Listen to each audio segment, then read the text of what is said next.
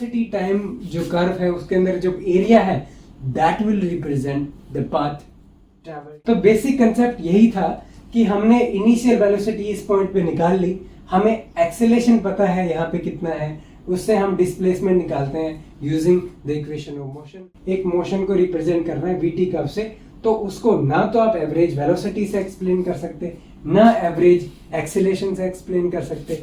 और एक चीज और, यहाँ पे एक्सेलेरेशन चेंज हो रहा है, इट मींस कांस्टेंट एक्सेलेरेशन की इक्वेशन भी आप यूज नहीं कर सकते। अब हम डिस्कस करते हैं आपका next problem, that will be the exercise 3.27, right.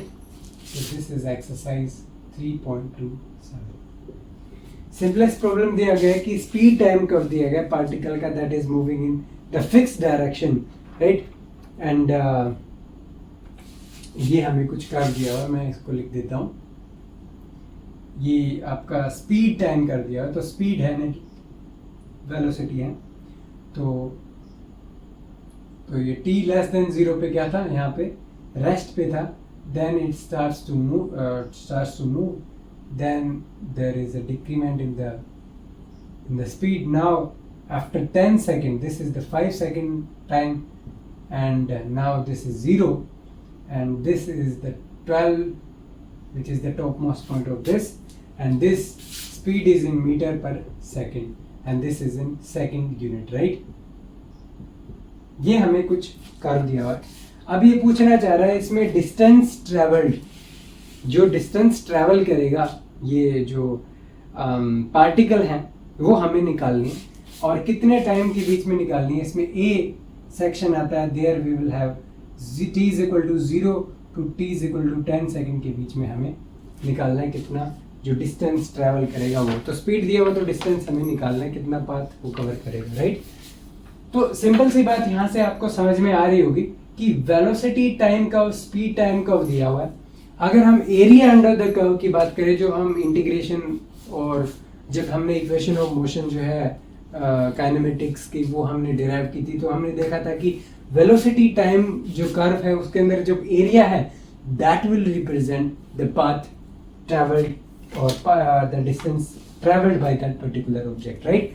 So इसके अंदर हमें 0 to 10 सेकेंड में इसका एरिया निकालना होगा, तो area will be the displacement, right. So if I right the displacement bye x will be equal to, this is a triangle, right, so this will be a right angle triangle now, and this will be half into base, that will be 10 second multiplied by the height, that will be 20, this is meter per second, this is second, so this whole will represent the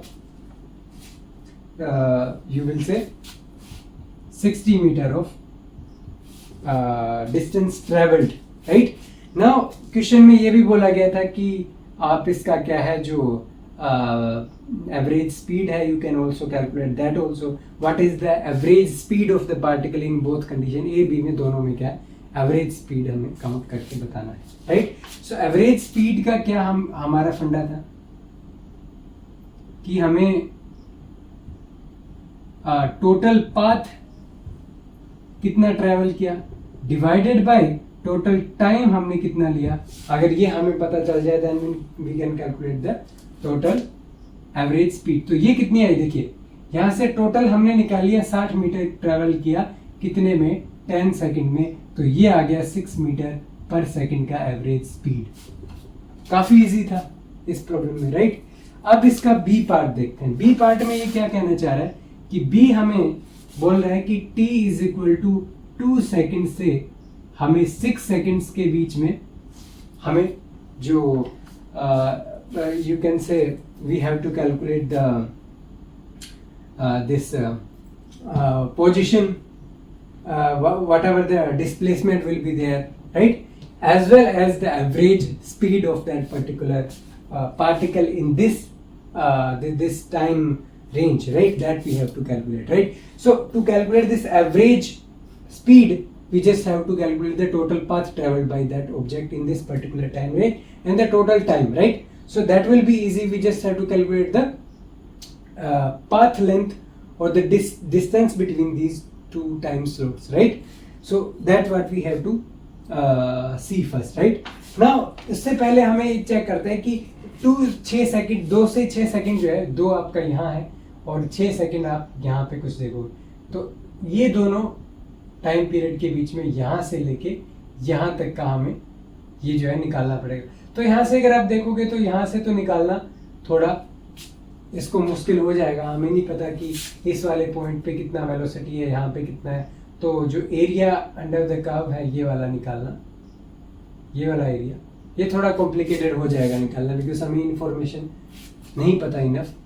but हमें एक चीज़ पता है कि यहाँ से लेके यहाँ तक दोनों पॉइंट जो है, ये पॉइंट आपका कितना है 5,12, ये आपका 10,0 पॉइंट है, and this will be 0,0 point. So आप एक चीज देख पा रहे हो कि इन दोनों लाइन का स्लोप मैं कैलकुलेट कर सकता हूं, and slope of VT curve that will B acceleration. ये एक बेसिक सा कंसेप्ट है, एक्सेलरेशन हमें यहां से देखने को मिल रहा है, ये हमें निकालना है। अगर मैं बात करूं 0 to 5 सेकंड की, 0 to 5 सेकंड की, तो मेरा एक्सेलरेशन की वैल्यू अगर मैं बताऊं कितनी आएगी, स्लोप निकालना है जस्ट, तो this will B 12 minus 0 and 5 minus 0, so this will be 12 divided by 5 and this will be 2.4 meter per second square, right?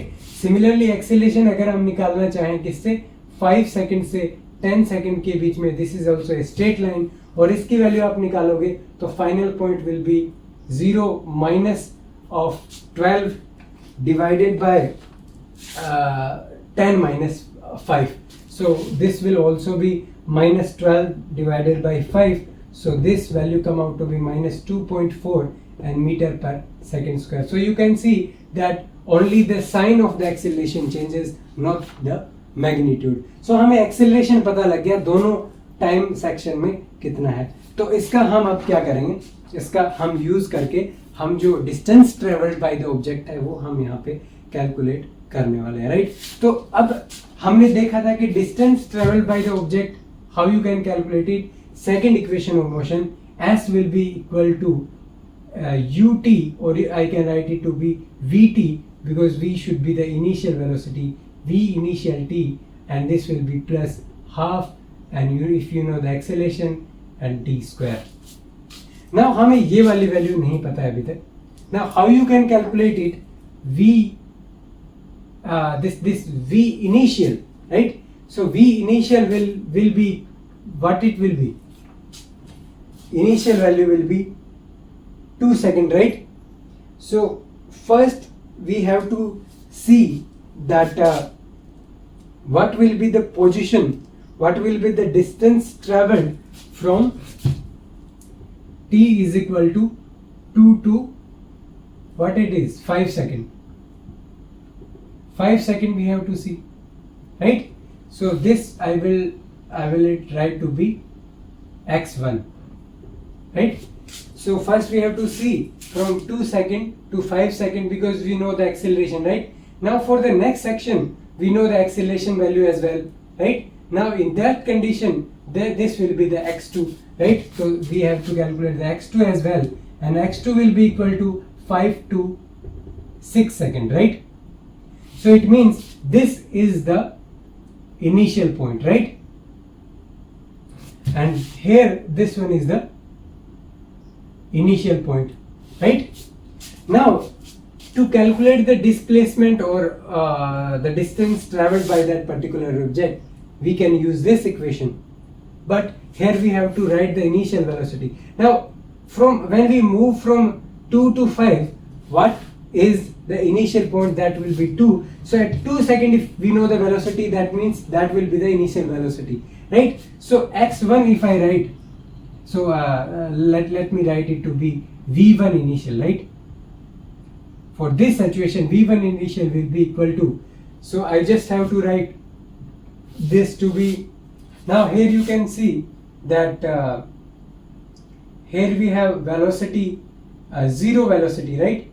And we have to calculate some velocity at some time, right? So this initial velocity for this line is 0. So we know that v is equal to u plus at, right?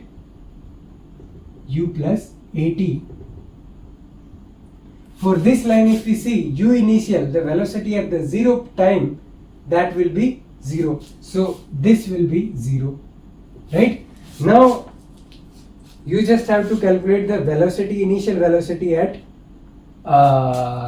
what time? 2 seconds, right? So this will nothing but this will be a, which is 2.4, and multiply by 2 seconds.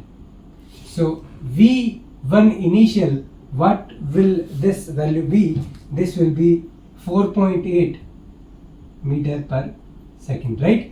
Now tell me, after what time you have to calculate the displacement, right? Now you have the t value to be, now this is initial point. Now to reach 5 seconds, how much second more we will need? 3, 4, 5. This will be 3 seconds, right? So we have to see up to 3 seconds what will be the total distance traveled by that particular object, if we consider t is equal to 2 be the initial point. So after t is equal to 2 up to 3, after 2 up to 3 seconds we have to see, so then only we will reach up to 5 seconds of value, right? So that's why we have to see up to 3 seconds, right? After this point we have to consider 3 more seconds. So you just have to put the value here. So x1 will be equal to, now this will be 4.8 t and plus this will be half, and acceleration will be the same. Acceleration is 2.4 and this will be t square. So you just have to put the t is equal to 3 seconds. You will get x1 to be 25.2 meter. So this was very simple and very interesting. Now we just have to calculate the x2 value, right? So what will be this x2 value? Now you can check it easily. Now at x2 you can say 5 seconds you have initial velocity to be 12. That will be the point at the topmost point, right? So which will be 12 meter per second. So ये भी काफी easily कोई effort करने की जरूरत ही नहीं पड़ी. अब 5 से 6 सेकंड में जाने में हमें क्या देखना पड़ेगा? यहाँ से आपको 1 सेकंड और आपको मूव करना पड़ेगा, राइट? तो t आपका कितना आ गया? 1 सेकंड एक्स्ट्रा आपको यहाँ पे मूव करना यहाँ पे पड़ेगा, राइट? तो ये काफी इजी यहाँ पे देखने को आपको मिल रहा है. x2 आपको sorry this will B v2 initial, right? v2 initial पता लग गया, टाइम आपको पता लग गया, और सिमिलरली x2 की वैल्यू आपको कैसे निकालनी पड़ेगी? x2 will be 12t and this will B minus of half into 2.4 into t square, and t is nothing but 1, so you will calculate x2 to be 10.8 meter. तो ये आपका काफी easily x2 भी निकल गया, x1 भी निकल गया. तो बेसिक कंसेप्ट यही था कि हमने इनिशियल वेलोसिटी इस पॉइंट पे निकाल ली, हमें एक्सेलेरेशन पता है यहाँ पे कितना है, उससे हम डिस्प्लेसमेंट निकालते हैं using the equation of motion, और यहाँ पे सिर्फ वैल्यू पुट करनी है इक्वेशन में. फिर हमें क्या है, यहाँ पे डिस्प्लेसमेंट मिल जाएगा कितना ट्रैवल किया, और यहाँ पे भी हमें मिल जाएगा. सेम कंसेप्ट यूज करना है, इक्वेशन ऑफ मोशन आपको यहाँ पे अप्लाई करनी है, तो आपका क्या हो जाता है, ये आपका डिस्टेंस ट्रैवल्ड आ जाएगा. अब क्या बात आती है, एवरेज स्पीड की बात आ जाती है. तो एवरेज स्पीड की अगर मैं बात करूँ तो देखिए एवरेज स्पीड कितना आएगा, टोटल पाथ कितना कवर किया डिवाइडेड बाय टोटल टाइम कितना लगा. x1 प्लस x2 अगर मैं करूँगा तो मेरा कितना आएगा, ये आया 25.2 और प्लस में आपका 10.8 कर देना है, और डिवाइडेड में कितना टाइम लग गया. टोटल टाइम की आप देखोगे तो 4 सेकंड लगे, 3 यहाँ पे और 1 सेकंड यहाँ, 4 सेकंड. और वी एवरेज आपका निकल के आता है यहाँ पे अगर आप देखोगे तो दैट विल बी 9 मीटर पर सेकंड का आपका एवरेज स्पीड यहाँ से निकल के आपको आएगा. तो आप देख पा रहे हो कितना इजी ये प्रॉब्लम था, और काफ़ी इंटरेस्टिंग ये जो था प्रॉब्लम था, और हमने इसको यहाँ पे डिस्कस किया है, राइट? सो अब हम जो आपका नेक्स्ट प्रॉब्लम है उसको हम थोड़ा डिस्कस करेंगे. उसके लिए थोड़ा सा मैं यहाँ पे स्पेस क्रिएट कर देता हूँ, राइट? सो उसको हम थोड़ा यहाँ पे आपका डिस्कस करेंगे अभी, राइट? नेक्स्ट देखते हैं आपका जो प्रॉब्लम है, दैट इज एक्सरसाइज 3.2. 28। और ये जो प्रॉब्लम है काफ़ी इजी प्रॉब्लम है और ज़्यादा इसमें एफर्ट नहीं लगाने पड़ेंगे। So this will be the last exercise of this chapter. और इसमें बोला गया कि वीटी कर्व आपको कुछ दिया गया है, वन डायमेंशनल मोशन किसी पार्टिकल का, और कौन सा फॉर्मूला करेक्टली रिप्रेजेंट कर सकता है इसके मोशन को between t1 to t2 interval time. So यहाँ पे कुछ इस तरीके से दिया हुआ है। अगर आप कर्व की बात करोगे, यहाँ पे वीटी कर्व दिया हुआ है। वीटी कर्व में कुछ इस तरीके से कर्व बनाया हुआ है, और ये जो टाइम है this is t1, this will B t2 time. और जो मैं बात कर रहा था इक्वेशंस की, तो इक्वेशंस कुछ इस तरीके से लिखे हुए हैं कि x t2 will be equal to x t1 plus में v t1 t2 minus t1, और प्लस में आपका दिया हुआ है half a t square a t2 minus t1 और स्क्वायर। तो पहली इक्वेशन को देखोगे तो आपको क्या देखने को मिल रहा है। अगर इस और इस पॉइंट के बीच में बात करो, वीटी कर्व दिया हुआ है, तो यहाँ पे आप देख सकते हो कि वीटी कर्व का जो स्लोप है that will represent the acceleration. Now here you can see that the acceleration is changing with time. So in this equation acceleration has been considered to be a constant, but acceleration constant नहीं हो सकता, तो it means ये वाली equation आपकी गलत हो जाती है, ये रिप्रेजेंट नहीं कर पाएगी आपके मोशन को। नाउ बी इक्वेशन, सिमिलरली इसमें भी आप देखोगे कि एक्सेलरेशन को यहाँ पे कांस्टेंट कंसीडर किया गया है a, तो ये वाला भी आपका काम नहीं करेगा इक्वेशन, बिकॉज एक्सेलरेशन कांस्टेंट नहीं है। थर्ड इक्वेशन की बात करें तो थर्ड इक्वेशन आपका दिया हुआ है v एवरेज और x minus x2 minus x1 divided by t2 minus t1। Similarly average की बात करो तो एक्सेलरेशन एवरेज में दिया हुआ है, that will B v2 minus v1 divide by t2 minus t1। सो आप चेक कर सकते हो कि अगर एवरेज वेलोसिटी, इन दोनों पॉइंट के बीच में एवरेज स्पीड और एवरेज अगर एक्सेलरेशन निकालोगे तो ये कॉन्सेप्ट ही हम यूज करते हैं जनरली। तो इट मीन्स ये दोनों जो कंसेप्ट हैं फॉर्मूला के, तो ये जनरली हम कहेंगे कि दीज आर राइट, क्योंकि जनरली हम इसी तरीके से कंसेप्ट को यूज करते हैं, राइट।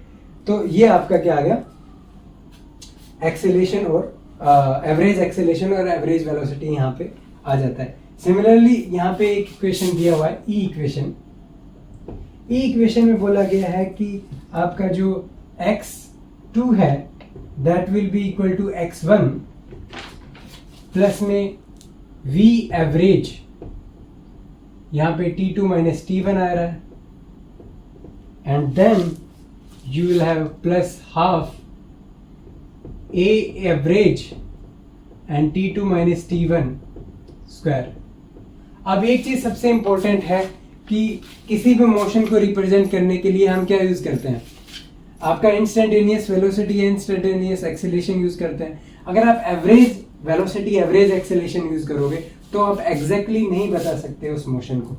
तो यहाँ से ये ई पोर्शन भी आपका गलत हो जाता है, ये भी आपका राइट नहीं है, बिकॉज यहाँ पे आप एक्सेलरेशन एवरेज जो टर्म्स हैं उनसे आप एक्सप्लेन नहीं कर सकते, राइट। सिमिलरली क्या बताया गया, x2 माइनस x1 जो है वो क्या होगा, x1 टू x2 बोला गया है। x1 टू x2 जो है, जो डिस्प्लेसमेंट आप बोलोगे, या फिर we can even write it to be x2 minus x1, that position at this minus position at this. So x2 minus x1 will be the area under the curve, under the curve. So अगर इस case में ये बोला जाता कि this is a path length x2 minus x1, because x2 minus x1 क्या होगा, ये पॉइंट हो गए x2 minus x1, और ये भी x2 minus x1 आपका एक sorry this is x2 point and this will be x1. This is x1 point and this will be x2 point. So x1 minus x2 means कि total आपका जो यहाँ पे टोटल पाथ जो travel करा जाएगा दोनों पॉइंट्स के बीच में वो कितना होगा। तो वो जनरली कैसे आप करोगे, so that will be because यहाँ से अगर आप देखोगे तो वी टी कर्व के अंडर जो एरिया है that will represent the path और distance travelled by the object. तो यहाँ से आप क्या चेक कर सकते हो कि एरिया अंडर द कर्व आपका जो पाथ ट्रेवल्ड है x2 माइनस x1 या फिर x1 टू x2 तक जाने में कितना पाथ लगा, that will represent the area represented by the area under the curve. तो ये वाला जो पॉइंट था दैट वाज f, और ये हमें यहाँ पे देखने को मिल रहा है कि this is right because area under the curve always represents whatever path और वॉट एवर द डिस्प्लेसमेंट और distance travelled by that particular object. So यहाँ से ये आपका लास्ट इसका पॉइंट था, राइट। सो आप देख सकते हो कि किस तरीके से आप एक मोशन को रिप्रेजेंट कर रहे हैं वी टी कर्व से, तो उसको ना तो आप एवरेज वेलोसिटी से एक्सप्लेन कर सकते, ना एवरेज एक्सेलेरेशन से एक्सप्लेन कर सकते। और एक चीज और, यहाँ पे एक्सेलेरेशन चेंज हो रहा है, इट मींस कांस्टेंट एक्सेलेरेशन की इक्वेशन भी आप यूज नहीं कर सकते। यहाँ पे कंसेप्ट है एवरेज वेलोसिटी का, वो हमने सही लिखा हुआ था, एवरेज एक्सेलेरेशन का कंसेप्ट सही लिखा हुआ था, और area under the curve always represent the distance between those two times routes, right. So ये कंसेप्ट भी आपका यहाँ पे एफ पार्ट में आपका सही दिया हुआ है। तो 3 आपके पोर्शन जो थे वो सही हो गए, और बाकी के जो इक्वेशंस हैं those will not help to explain the motion of this particular curve, right? So I hope कि ये जो NCERT की प्रॉब्लम हमने डिस्कस की है आपको अच्छी लगी होंगी, right? We tried to explain all these problems in detail, and now on we will try to upload some advanced problems as well, but simultaneously we have to start the next chapter as well, right?